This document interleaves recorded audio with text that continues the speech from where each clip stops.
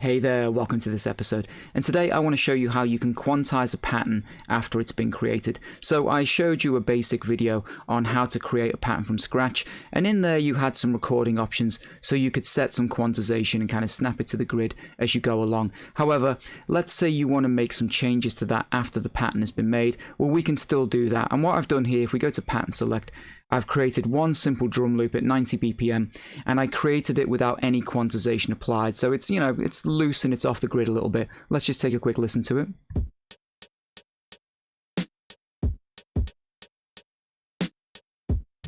And it sounds perfectly fine, but let's say I wanted to tighten that up a little bit, get it closer to my grid. What we do, make sure that that particular pattern is selected. We go to pattern edit here, where we can adjust the loop length and all that kind of stuff. But what we want to do is go into record settings now, and you will see we have these quantize options.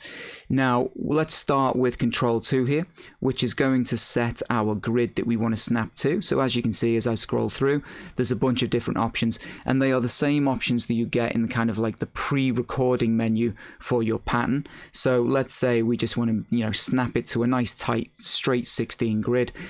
We can apply a strength with Control 3. So how much do we want to snap this to the grid? I'm going to say 100% because I think it's going to shift the pattern enough that you'll hear the changes. But of course you can set a strength percentage there for what you want to do. And it's really as simple as that. If we press shift here, we've got a couple of other options. We can kind of quantize just the start, quantize the end. So you can mess around there. However, for this particular episode, that's all we're going to do. When I want to quantize this now, I can press quantize. The one other thing to bear in mind is that you can actually quantize just one particular element of your pattern. So let's say it was just the hi-hats that you needed to quantize here. I can just select those, or if I want to do the whole thing, in this case, I'm going to select everything within that pattern, and now I'm going to hit quantize. And you'll see here, it gives me a little warning. I'm going to say that's okay. You can't undo it once you've done it. And now if we go back and we exit out of here and listen to the pattern,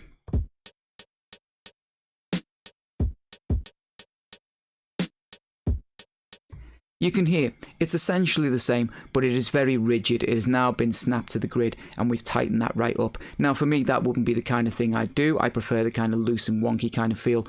But on occasion, maybe you've just played your hi-hats just slightly out. You just want to pull things just a little bit closer to that grid. That is how you do that after you've created your pattern. Hope you've enjoyed it, and I'll see you in the next one.